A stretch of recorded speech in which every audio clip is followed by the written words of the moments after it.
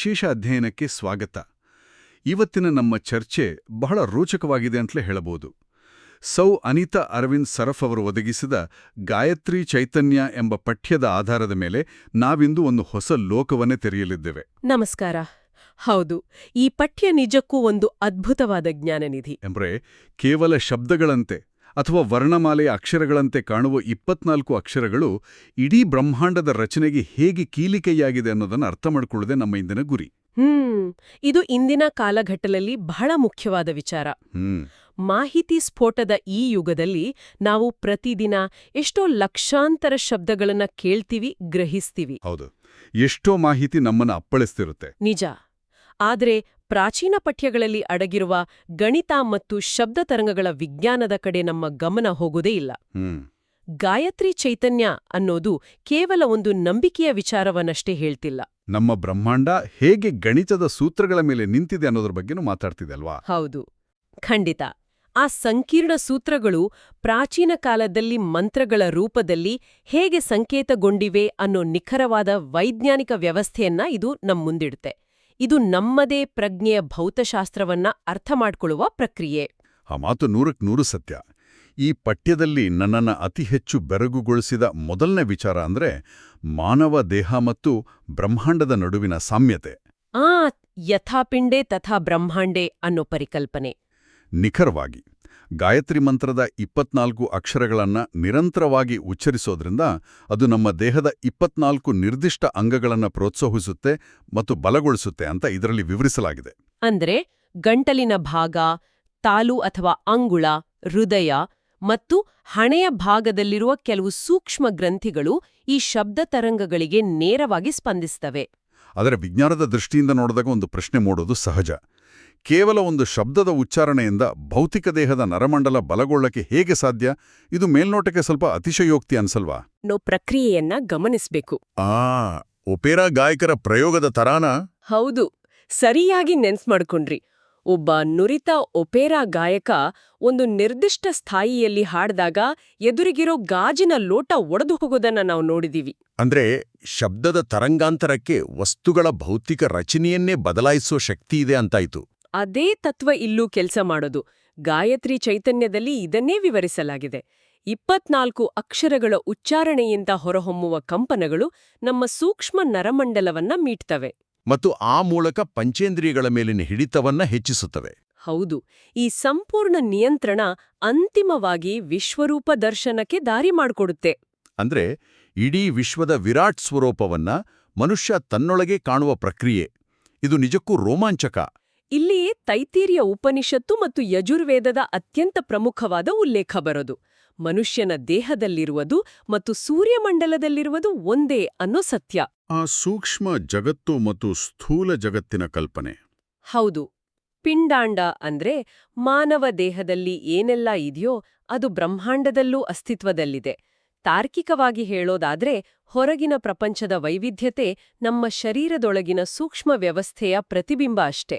ನಾವು ಆಕಾಶದ ಕಡೆ ನೋಡಿದಾಗ ಅಪಾರವಾದ ಬ್ರಹ್ಮಾಂಡ ಕಾಣುತ್ತೆ. ಆದರೆ ಒಳಮುಖವಾಗಿ ನೋಡಿದಾಗ ಅದೇ ಬ್ರಹ್ಮಾಂಡದ ಗಣಿತದ ನಕ್ಷೆ ನಮ್ಮ ಶರೀರದಲ್ಲಿ ಅಡಗಿದೆ. ನೋಡಿ, ಆಧುನಿಕ ಕ್ವಾಂಟಮ್ ಭೌತಶಾಸ್ತ್ರದ ಹೊಲೋಗ್ರಾಫಿಕ್ ಯೂನಿವರ್ಸ್ ಸಿದ್ಧಾಂತ ಹೇಳೋದು ಕೂಡ ಇದನ್ನೇ. ಬ್ರಹ್ಮಾಂಡದ ಪ್ರತಿಯೊಂದು ಚಿಕ್ಕ ಕಣದಲ್ಲೂ ಇಡೀ ಬ್ರಹ್ಮಾಂಡದ ಮಾಹಿತಿ ಅಡಗಿರತ್ತೆ.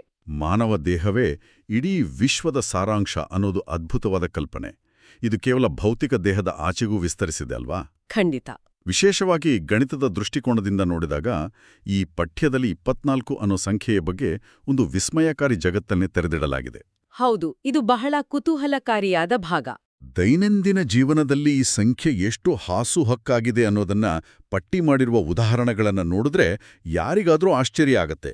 ನಮ್ಮ ಸಂಸ್ಕೃತಿಯಲ್ಲಿ ವಿಷ್ಣುವಿನ 24 ಮುಖ್ಯ ಅವತಾರಗಳ ಬಗ್ಗೆ ಬೆಳಕ್ಚೆಲ್ಲಲಾಗಿದೆ. ಹಾಗೆಯೇ ಕೇವಲ ಸಪ್ತರ್ಷಿಗಳಲ್ಲ, 24 ಶ್ರೇಷ್ಠ ಮುನಿಗಳ ಉಲ್ಲೇಖವಿದೆ. ನಮ್ಮ ದಿನನಿತ್ಯದ ಬದುಕನ್ನ ಅಳಿಯುವ ಒಂದು ದಿನದ ಗಂಟೆಗಳು ಸರಿಯಾಗಿ 24. ನಮ್ಮ ರಾಷ್ಟ್ರಧ್ವಜದಲ್ಲಿರುವ ಅಶೋಕಚಕ್ರದ ಆರೆಗಳು ಕೂಡ 24. ಇದು ಕೇವಲ ಭಾರತೀಯ ಭೌಗೋಳಿಕ ಮಿತಿಗೆ ಒಳಪಟ್ಟಿಲ್ಲ. ಪಠ್ಯದಲ್ಲಿರುವ ಇನ್ನಷ್ಟು ಉದಾಹರಣೆಗಳನ್ನ ಗಮನಿಸಿದ್ರೆ ಜೈನ ಧರ್ಮದಲ್ಲಿರುವ ತೀರ್ಥಂಕರರ ಸಂಖ್ಯೆ 24. ಹೌದು, ಝರತುಷ್ಟ್ರ ಅಥವಾ ಝೊರಾಸ್ಟ್ರಿಯನ್ ಧರ್ಮದಲ್ಲಿ ಉಲ್ಲೇಖಿಸಿರುವ ದೇವರುಗಳು 24. ಅಲ್ಲಿಂದ ಮಧ್ಯಪ್ರಾಚ್ಯಕ್ಕೆ ಹೋದ್ರೆ ಹೀಬ್ರೂ ಬೈಬಲ್ ಅಥವಾ ತನಕ್ ಹೊಂದಿರುವ ಗ್ರಂಥಗಳ ಸಂಖ್ಯೆ 24. ಪಾಶ್ಚಿಮಾತ್ಯ ಸಂಸ್ಕೃತಿಯ ಕಡೆ ನೋಡಿದ್ರೆ ಗ್ರೀಕ್ ವರ್ಣಮಾಲೆಯಲ್ಲಿ ಇರೋದು ಸರಿಯಾಗಿ 24 ಅಕ್ಷರಗಳು. ಪಾಶ್ಚಿಮಾತ್ಯ ಸಂಗೀತದಲ್ಲಿ 24 ನಾದಗಳಿವೆ. ಎಲ್ಲಕ್ಕಿಂತ ಮಿಗಿಲಾಗಿ ವಿಜ್ಞಾನ ಮತ್ತು ವ್ಯಾಪಾರದ ಭಾಷೆಯಲ್ಲಿ ಶುದ್ಧ ಚಿನ್ನವನ್ನ ಅಳೆಯೋದು ಕೂಡ 24 ಕ್ಯಾರೆಟ್ನಿಂದಲೇ. ಪ್ರಪಂಚದ ಬೇರೆ ಬೇರೆ ಮೂಲೆಗಳಲ್ಲಿ ಬೆಳೆದ ಸಂಸ್ಕೃತಿಗಳು ಒಂದೇ ಸಂಖ್ಯೆಯ ಸುತ್ತು ಈ ಪರಿ ಸುತ್ತುತ್ತಿರೋದು ಕೇವಲ ಕಾಕತಾಳೀಯವಾಗಿರಲು ಸಾಧ್ಯನೇ ಇಲ್ಲ ಅನ್ಸುತ್ತೆ. ಖಂಡಿತ ಇಲ್ಲ. ಇದು ಸಾರ್ವತ್ರಿಕ ವಿನ್ಯಾಸ ಅಥವಾ ಯೂನಿವರ್ಸಲ್ ಡಿಸೈನ್ ಅನ್ನ ಸೂಚಿಸುತ್ತೆ. ಸಂಖ್ಯಾಶಾಸ್ತ್ರದ ಪ್ರಕಾರ 24 ಅತ್ಯಂತ ಅದೃಷ್ಟದ ಮತ್ತು ಶುಭದಾಯಕ ಸಂಖ್ಯೆ. ಗಾಯತ್ರಿ ತಂತ್ರ ಅನ್ನೋ ಗ್ರಂಥದ ಉಲ್ಲೇಖ ಕೂಡ ಇದೆ ಅಲ್ವಾ ಇದರಲ್ಲಿ? ಹೌದು. ಆ ಗ್ರಂಥದ ಪ್ರಕಾರ ಪ್ರಕೃತಿಯ ಮೂಲಭೂತ ಲಯಕ್ಕೂ ಮತ್ತು ಈ ಸಂಖ್ಯೆಗೂ ಅದೃಶ್ಯವಾದ ನಂಟಿದೆ. ಭೌತಿಕ ಮತ್ತು ಆಧ್ಯಾತ್ಮಿಕ ಆಯಾಮಗಳಲ್ಲಿ 24 ಅನ್ನೋದು ಪೂರ್ಣತೆಯ ಸಂಕೇತ. ಒಮ್ಮೆ ಯೋಚಿಸಿ ನೋಡಿದ್ರೆ ಚಿನ್ನದ ಶುದ್ಧತೆಯನ್ನು ಅಳೆಯೋಕೆ 24 ಅನ್ನೋ ಸಂಖ್ಯೆನ ಬಳಸೋದಕ್ಕೂ ಈ ಮಂತ್ರ 24 ಅಕ್ಷರಗಳನ್ನು ಹೊಂದಿರೋದಕ್ಕೂ ಒಂದು ತಾರ್ಕಿಕ ಸಾಮ್ಯತೆ ಇದೆ ತಾನೇ? ನಿಖರವಾಗಿ. ಎರಡೂ ಕೂಡ ಕಲಬೆರಕೆಯಿಲ್ಲದ ಶುದ್ಧ ಚೈತನ್ಯದ ಪ್ರತೀಕಗಳು. ಇದು ಬ್ರಹ್ಮಾಂಡದ ಗಣಿತ ಮಾನವನ ಪ್ರಜ್ಞೆಯ ಮುಖಾಂತರ ಅಭಿವ್ಯಕ್ತಗೊಂಡಿರೋ ರೀತಿ.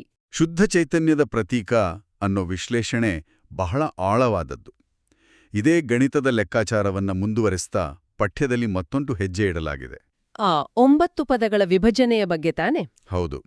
ಗಾಯತ್ರಿ ಮಂತ್ರದ ಈ 24 ಅಕ್ಷರಗಳನ್ನ ವ್ಯಾಕರಣದ ಪ್ರಕಾರ ಬಿಡಿಸಿದಾಗ ಅವು ಒಟ್ಟು 9 ಪದಗಳಾಗಿ ವಿಭಜನೆಗೊಳ್ತವೆ.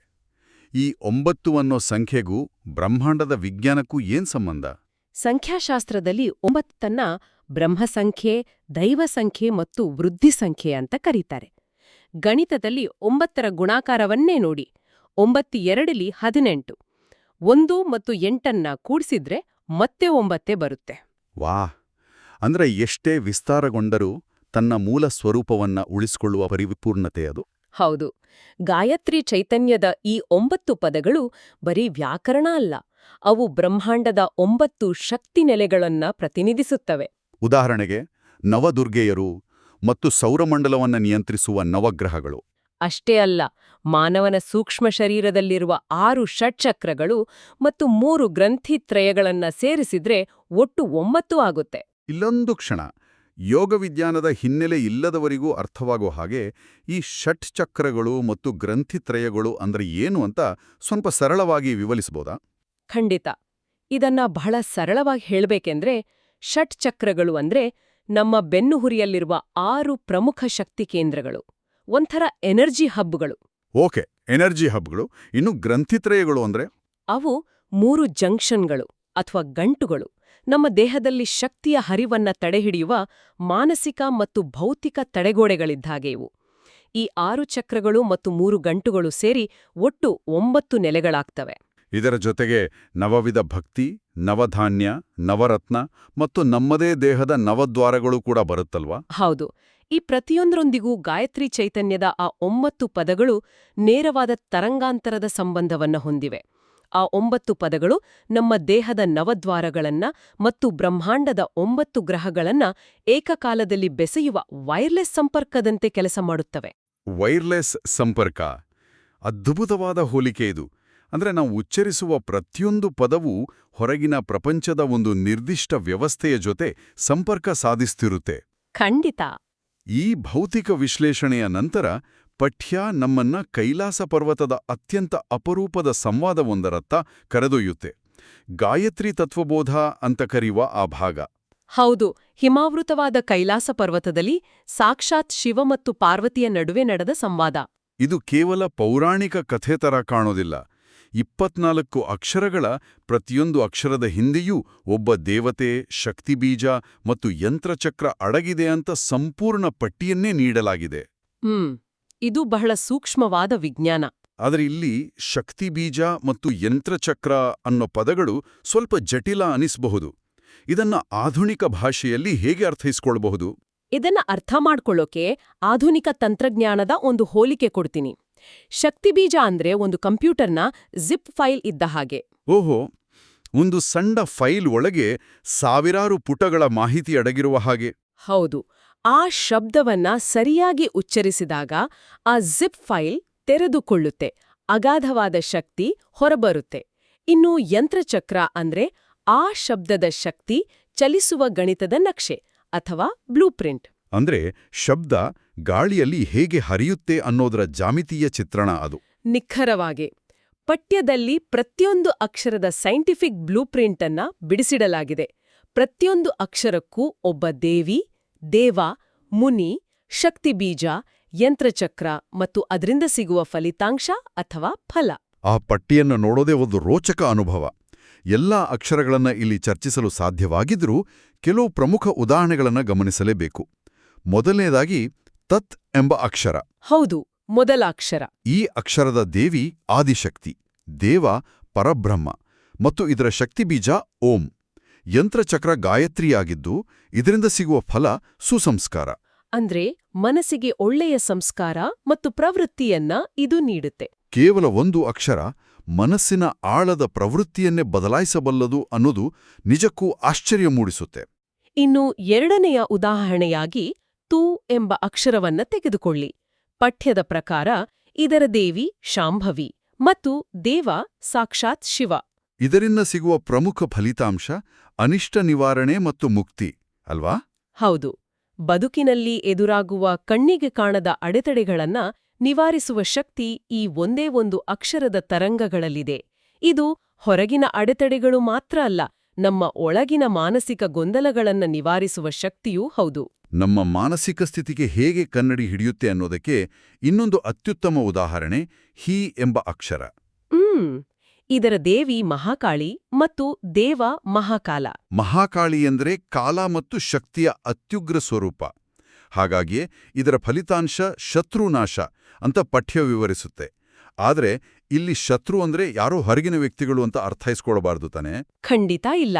ಇಲ್ಲಿ ಶತ್ರುನಾಶ ಅಂದ್ರೆ ನಮ್ಮ ಒಳಗಿರುವ ಅಜ್ಞಾನ, ಅಹಂಕಾರ, ಕೋಪ ಮತ್ತು ನಕಾರಾತ್ಮಕ ಶಕ್ತಿಗಳ ನಾಶ ಅಂತಲೇ ಅರ್ಥೈಸ್ಕೊಳ್ಬೇಕು. ಆ ಹೀ ಅಕ್ಷರದ ಉಚ್ಚಾರಣೆಯಿಂದ ಹೊರಹೊಮ್ಮುವ ಶಬ್ದ ತರಂಗಗಳು ನರಮಂಡಲದಲ್ಲಿ ಒಂದು ಶುದ್ಧೀಕರಿಸುವ ಕಂಪನವನ್ನ ಸೃಷ್ಟಿಸ್ತವೆ. ಹೌದು, ಆ ಕಂಪನೆ ನಮ್ಮ ಆಂತರಿಕ ಶತ್ರುಗಳನ್ನ ದಹಿಸಿ ಹಾಕುತ್ತೆ. ಶಬ್ದ ಮತ್ತು ಮನಃಶಾಸ್ತ್ರದ ನಡುವಿನ ಕೊಂಡಿ ಇದು. ಇನ್ನು ನಾಲ್ಕನೆಯ ಆಕರ್ಷಕವಾದ ಉದಾಹರಣೆ ಪ್ರ ಎಂಬ ಅಕ್ಷರ. ಯಾರಿಗಾದ್ರೂ ಈ ಅಕ್ಷರದ ಹಿಂದಿರುವ ದೇವಿಯನ್ನ ನೋಡಿದಾಗ ಒಮ್ಮೆ ಆಶ್ಚರ್ಯ ಆಗಲೇಬೇಕು.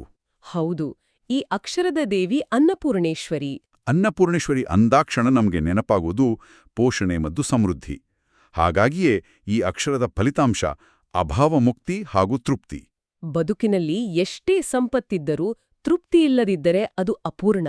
ಕೇವಲ ಒಂದು ಅಕ್ಷರದ ಕಂಪನ ನಮ್ಮ ಮನಸ್ಸಿನಲ್ಲಿರುವ ಕೊರತೆಯ ಭಾವನೆಯನ್ನ ಹೋಗಲಾಡಿಸಿ ಸಂಪೂರ್ಣ ತೃಪ್ತಿಯನ್ನ ನೀಡಬಲ್ಲದು. ಇದು ಶಬ್ದವಿಜ್ಞಾನದ ಪರಾಕಾಷ್ಠೆ. ಈ ಎಲ್ಲಾ ಉದಾಹರಣೆಗಳನ್ನು ಒಗ್ಗೂಡಿಸಿ ವಿಶ್ಲೇಷಿಸಿದಾಗ ನಮಗೆ ಸ್ಪಷ್ಟವಾಗುವ ಒಂದು ಬಹುದೊಡ್ಡ ಸತ್ಯ ಇದೆ. ಗಾಯತ್ರಿ ಚೈತನ್ಯ ಕೇವಲ ಭಕ್ತಿಯಿಂದ ಹಾಡುವ ಒಂದು ಪಠಣ ಅಲ್ಲ. ಖಂಡಿತ ಅಲ್ಲ. ಇದೊಂದು ಅತ್ಯಂತ ನಿಖರವಾದ, ಸಂಕೀರ್ಣವಾದ ಮತ್ತು ವೈಜ್ಞಾನಿಕವಾದ ಸಮನ್ವಯ ವ್ಯವಸ್ಥೆ. ಶಬ್ದ ತರಂಗಗಳು ಬೀಜಗಳಾಗಿ ಕೆಲಸ ಮಾಡ್ತವೆ. ಬ್ರಹ್ಮಾಂಡದ ಪ್ರಕೃತಿ ಶಕ್ತಿಗಳು ದೇವತೆಯರ ರೂಪದಲ್ಲಿ ಆ ತರಂಗಗಳಿಗೆ ಸ್ಪಂದಿಸ್ತವೆ. ಮತ್ತು ಮಾನವನ ಮನೋವೈಜ್ಞಾನಿಕ ಸ್ಥಿತಿಗಳು ಆ ಪ್ರತಿಸ್ಪಂದನೆಯ ಫಲವಾಗಿ ರೂಪಾಂತರಗೊಳ್ತವೆ. ಶಬ್ದಶಾಸ್ತ್ರ, ಭೌತಶಾಸ್ತ್ರ ಮತ್ತು ಮನಃಶಾಸ್ತ್ರಗಳು ಒಂದೇ ಬಿಂದುವಿನಲ್ಲಿ ಸಂಧಿಸುವ ಈ ವಿನ್ಯಾಸ ಪ್ರಾಚೀನ ಜ್ಞಾನ ಪರಂಪರೆಯ ಅತಿದೊಡ್ಡ ಸಾಧನೆ ಅನ್ನಬಹುದು. ಹೌದು, ಶಬ್ದಗಳನ್ನ ಕೇವಲ ಸಂವಹನದ ಮಾಧ್ಯಮವಾಗಿ ನೋಡದೆ ಮನುಷ್ಯನ ಪ್ರಜ್ಞೆಯನ್ನ ಪರಿವರ್ತಿಸುವ ಸಾಧನಗಳಾಗಿ ನೋಡಿದ ಆ ವೈಜ್ಞಾನಿಕ ದೃಷ್ಟಿಕೋನ ಇಂದಿಗೂ ಪ್ರಸ್ತುತವಾಗಿದೆ. ಇಷ್ಟೊತ್ತು ನಾವು ನಡೆಸಿದ ಈ ಇಡೀ ಚರ್ಚೆಯನ್ನ ಒಮ್ಮೆ ಹಿಂದಿರುಗಿ ನೋಡಿದ್ರೆ ಇದೊಂದು ಬೆರಗುಗೊಳಿಸುವ ಪ್ರಯಾಣ. ಹೌದು, ಕೇವಲ ಬಾಯಿಂದ ಹೊರಡುವ 24 ಅಕ್ಷರಗಳ ಭೌತಿಕ ಉಚ್ಚಾರಣೆಯಿಂದ ಪ್ರಾರಂಭವಾಗಿ ಇಡೀ ಬ್ರಹ್ಮಾಂಡದ ಸತ್ಯಗಳನ್ನ ನಮ್ಮ ಶರೀರದೊಳಗೆ ಕಂಡುಕೊಳ್ಳುವ ಪ್ರಯಾಣ. ಯಥಾಪಿಂಡೇ ತಥಾ ಬ್ರಹ್ಮಾಂಡೇ ಅನ್ನೋದು ಕೇವಲ ಸುಭಾಷಿತ ಅಲ್ಲ, ಅದು ನಮ್ಮ ಅಸ್ತಿತ್ವದ ಮೂಲಭೂತ ನಿಯಮ. 24 ಅನ್ನೋ ಸಂಖ್ಯೆಯ ಹಿಂದಿರುವ ಜಾಗತಿಕ ವಿನ್ಯಾಸ, 9 ಅನ್ನೋ ಸಂಖ್ಯೆಯ ಹಿಂದಿರುವ ಶಕ್ತಿ ನೆಲೆಗಳು ಎಲ್ಲವೂ ಮನುಷ್ಯ ಮತ್ತು ಬ್ರಹ್ಮಾಂಡದ ಸಂಬಂಧವನ್ನ ಬಿಡಿಸಿಡುತ್ತವೆ. ಮತ್ತು ಈ ಪ್ರಾಚೀನ ಪಠ್ಯ ಆಧುನಿಕ ಜಗತ್ತಿಗೆ ಹೇಗೆ ಪ್ರಸ್ತುತವಾಗಿದೆ ಅನ್ನೋದೇ ನಮ್ಮ ಮುಂದಿರುವ ಬಹುಮುಖ್ಯ ಪ್ರಶ್ನೆ. ಇನ್ನು ನಾವು ಮಾಹಿತಿಯ ಮಹಾಪೂರದಲ್ಲಿ ಮುಳುಗಿದ್ದೀವಿ. ಹೌದು, ನೂರಾರು ಸಿದ್ಧಾಂತಗಳು ನಮ್ಮನ್ನ ಅಪ್ಪಳಿಸುತ್ತವೆ. ಇಂಥ ಸಂದರ್ಭದಲ್ಲಿ ಗಾಯತ್ರಿ ಚೈತನ್ಯದಲ್ಲಿ ವಿವರಿಸಿದಂಥ ವಿಚಾರಗಳು ನಮಗೆ ವಿಮರ್ಶಾತ್ಮಕ ಚಿಂತನೆಯನ್ನ ಬೆಳೆಸ್ಕೊಳ್ಳೋಕೆ ಸಹಾಯ ಮಾಡ್ತವೆ. ಒಂದು ಚಿಕ್ಕ ಶಬ್ದದ ಹಿಂದೆ ಇಷ್ಟೊಂದು ದೊಡ್ಡ ವಿಜ್ಞಾನ ಇರಬಹುದು ಅಂತ ಪ್ರಶ್ನಿಸುವ ಮನೋಭಾವ ನಮಗೆ ಬೇಕು. ಬೇರೆ ಬೇರೆ ಸಂಸ್ಕೃತಿಗಳಲ್ಲಿ 24 ಅನ್ನೋ ಸಂಖ್ಯೆ ಹೇಗೆ ಹೊಂದಾಣಿಕೆ ಆಗತ್ತೆ ಅಂತ ನೋಡುವ ಆ ವಿಶಾಲ ದೃಷ್ಟಿಕೋನ ನಮ್ಮ ಬೌದ್ಧಿಕ ಬೆಳವಣಿಗೆಗೆ ಅತ್ಯಗತ್ಯ. ನಿಜ. ವಿಭಿನ್ನ ದೃಷ್ಟಿಕೋನಗಳನ್ನ ಅರ್ಥ ಮಾಡಿಕೊಳ್ಳಲು, ಮೇಲ್ನೋಟಕ್ಕೆ ಕಾಣುವ ವಾಸ್ತವದ ಆಚೆಗಿರುವ ಸತ್ಯವನ್ನ ಹುಡುಕಲು ಈ ಜ್ಞಾನ ದಾರಿದೀಪವಾಗುತ್ತೆ. ಇದು ನಮ್ಮ ಆಲೋಚನಾ ಕ್ರಮವನ್ನೇ ವಿಸ್ತರಿಸುವಂತಹ ವಿಶ್ಲೇಷಣೆ. ಈ ಆಳವಾದ ಅಧ್ಯಯನದ ಅಂತ್ಯದಲ್ಲಿ ನಮ್ಮೆಲ್ಲರನ್ನೂ ಕಾಡಬೇಕಾದ ಒಂದು ಪ್ರಚೋದನಾತ್ಮಕವಾದ ಪ್ರಶ್ನೆ ಎದುರಾಗುತ್ತೆ. ಅದೇನು ಅಂತ ಹೇಳಿ.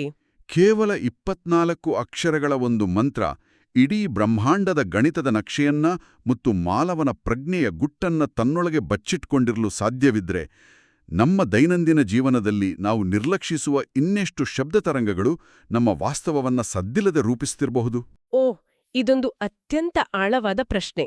ನಾವು ಪ್ರತಿದಿನ ಕೇಳುವ ಟ್ರಾಫಿಕ್ ಶಬ್ದಗಳು, ಆಡುವ ಸಾಮಾನ್ಯ ಮಾತುಗಳು, ಬಳಸುವ ಎಲೆಕ್ಟ್ರಾನಿಕ್ ಸಾಧನಗಳ ಕಂಪನಗಳು ಇವೆಲ್ಲವೂ ನಮ್ಮ ನರಮಂಡಲವನ್ನ ಹೇಗೆ ಬದಲಾಯಿಸುತ್ತಿರಬಹುದು?